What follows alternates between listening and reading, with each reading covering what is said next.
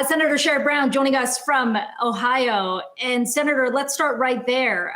We've gone several months now without an extension of any of those additional unemployment benefits specifically for the federal level.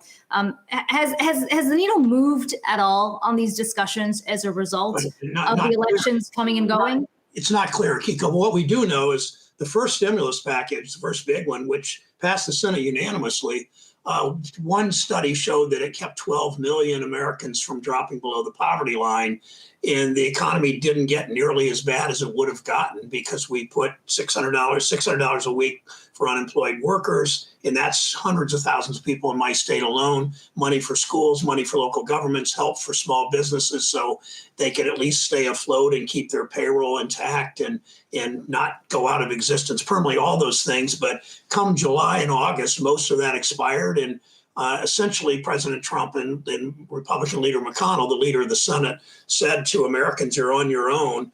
And, thousands of people a day are dropping into poverty. And we've got to help unemployed workers. We've got to help people so they aren't evicted from their apartments or have their electricity cut off. We've got to help these small businesses that are struggling. And so far, McConnell seems to have his eyes on the Georgia special election than he does in doing his job now. And we can't wait 2 more months. The American public can't wait 2 more months until Congress acts. I mean, to that point, we're looking at a number of deadlines here. The eviction moratorium, for example, expiring. We're looking at a number of states where we have seen those benefits come to an end as well. I mean, if the focus really is about trying to take back the Senate or hang on to the Senate for Republicans, are we talking about a 2-month delay? Are we unlikely to hear anything or any kind of resolution on the stimulus until Joe Biden does, in fact, take the oath of office? I hope not. I mean, there's no reason that we all can't do 2 things at once. I mean, the special election in Georgia matters to me. It matters to senators in both parties, but it's not my job. My job is to get Senator McConnell in the White House to do a package now. Maybe it will be inadequate, but at least do something now so that 600,000 workers in Ohio have some help. And that I worry most about the wave of evictions and the wave of gas and electric cutoffs. There were moratoria on those 2 in many places around the country. Going into the winter in a state like Ohio, as cold as it gets in the midst of a pandemic, doing nothing is just immoral. And we know government has a role in this. And it's the government's actions that kept millions out of poverty, as we were saying earlier, in the spring and summer. And we need to act again. Yeah, and Senator, back in the spring, obviously, that's when the CARES Act came through here, and we've exploded well past beyond the case count that we saw back in the spring, and we're seeing more states roll back some reopenings here, including in Ohio. There's new rules being put in place there. We chatted with a doctor on President-elect Biden's coronavirus task force yesterday on the show, and he was talking about potentially returning to a 4 to 6 week lockdown to get this under control. I want to quickly play what he had to say and get your reaction on the other side. Take a listen. If we did that, then we could lock down for 4 to 6 weeks. And if we did that, we could drive the numbers down like they've done in Asia, like they did in New Zealand and Australia. And then we could really watch ourselves cruising into the vaccine availability in the 1st and 2nd quarter of next year, and bringing back the economy long before that. So, Senator, the big if there is he's talking about making the American worker whole if we have to go back to lockdowns. Obviously, that was kind of the thinking back in the spring was, look, this is a problem. We need to get it under control. We need to make Americans whole if they can't go to work. Right now, though, without that stimulus package coming through, do you fear that we're really kind of leaving the nation up for a terrible situation here as we approach the winter if there's nothing to be done until January? Yeah, a lockdown is the absolute last resort. And whether we do lockdown, whether there's a lockdown or not, ordered by the governors or by President-elect Biden, then President Biden, whenever that would come, it has to be accompanied by a major coronavirus package. You can't expect businesses to survive, workers to survive, people to be able to stay in their homes, school districts, local governments, all that. You can't do that without help. And we just, and so far, Senator McConnell just doesn't seem to want to act. President Trump sort of moved on to fighting on the election and not even talking about the coronavirus. But I'm heartened only in that President-elect Biden's team is already in place and for the coronavirus that's made up of scientists. You're not going to see Biden do a briefing day after day after day from the White House. You're going to see doctors from the CDC and medical researchers and experts, public health authorities do these briefings, instructing Americans of the importance of this. I mean, just go back briefly, if I could, Zach, go back to February, March. Imagine if instead of lying to us, the President of the United States had said, this is a potential pandemic. I'm going to start wearing a mask. We all should. We need to social distance. We've got to get really serious. Instead, he told us it was a Democratic hoax and all the things he did. Imagine where we'd be today. We'd be, people would be back at work. Our kids would be back at school. Tens of thousands of people would still be alive. We can't miss that opportunity again and not do it right.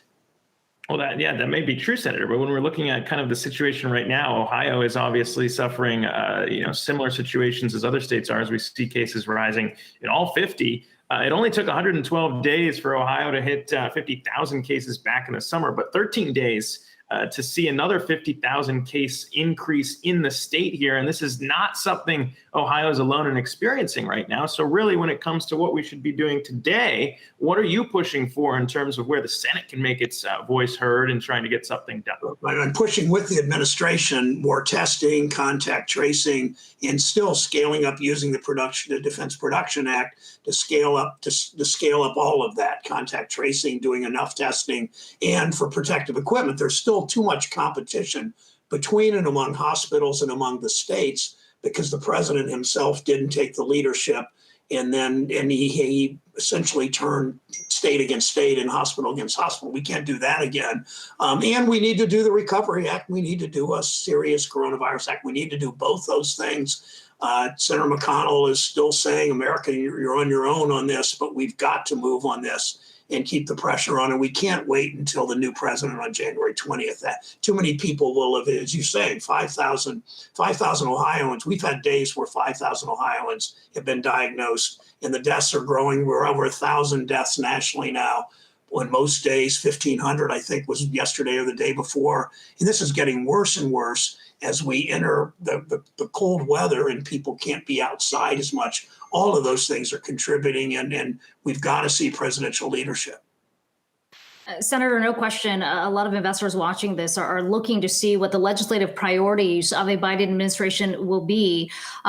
You didn't get that blue wave that some had called for, and now you're looking at a divided Congress again. What's the conversation right now among Democratic lawmakers about what part of this agenda can, in fact, be moved forward? What can be prioritized? Number one, given the uncertainty around those seats in Georgia, and then just the potential for the Republicans hanging on to the Senate.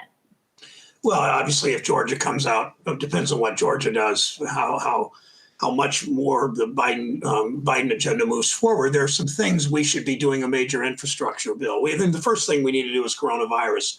Nothing else matters until we do that. We never get the economy back on track. We never deal with racial disparities. We never deal with income inequality. We never deal with climate if we don't get coronavirus fixed. That's the most important thing. But there are a number of things that President-elect Biden's already doing. He says we're going to rejoin the World Health Organization. We're going to rejoin the Paris Climate Accords. We're going to reintegrate into the world community. We're going to expand voting rights to what they were before this very conservative Supreme Court snatched away a number of voting rights from people. So there are some things we can do, some through executive orders, some through the president acting internationally, but most importantly, dealing with coronavirus now. And if we don't do it now, the first order of business come January. And Senator, what's interesting, too, is seeing all the shifting priorities right now. We saw a vote that was scheduled in the House on the Kamala Harris-sponsored MORE Act that would legalize marijuana at a federal level here. That was postponed due to pressure coming from Republicans saying that Democrats weren't focusing on the pandemic at hand. And now we've seen that vote rescheduled for the House floor here in December. Obviously, a lot of that's not going to move anywhere if Republicans maintain control in the Senate, but we've seen kind of a shifting priority for a lot of Americans out there. Even South Dakota, a deep, deep red state, voters there voted to approve recreational marijuana. So curious to get your take on where the Senate might stand, even if it does remain Republican controlled, and what kind of the Democratic push is now that Kamala Harris is there as VP elect, and where the party sits right now in terms of marijuana. I just don't think that's a major priority compared to so much else. I mean, the state of Florida increased the minimum wage to $15 and on the ballot, strong majority of Floridians. So the country wants to see the Senate do way more than it's done in terms of wages, in terms of all kinds of other issues. I don't know if Mitch McConnell has gotten out that letter in the mail, frankly, because he just wants to mostly sit tight, confirm more judges. We did that this week again, and tell Americans you're on your own. So I just don't think there's any way to predict what he will do. He may be, as Akiko said, he may be the minority leader, not the majority leader come January. And if he is the minority leader, we will see the Senate move on all kinds of issues that matter to the American public. Otherwise, it's just, I really do think it's Mitch McConnell's view is you're on your own and we care about judges.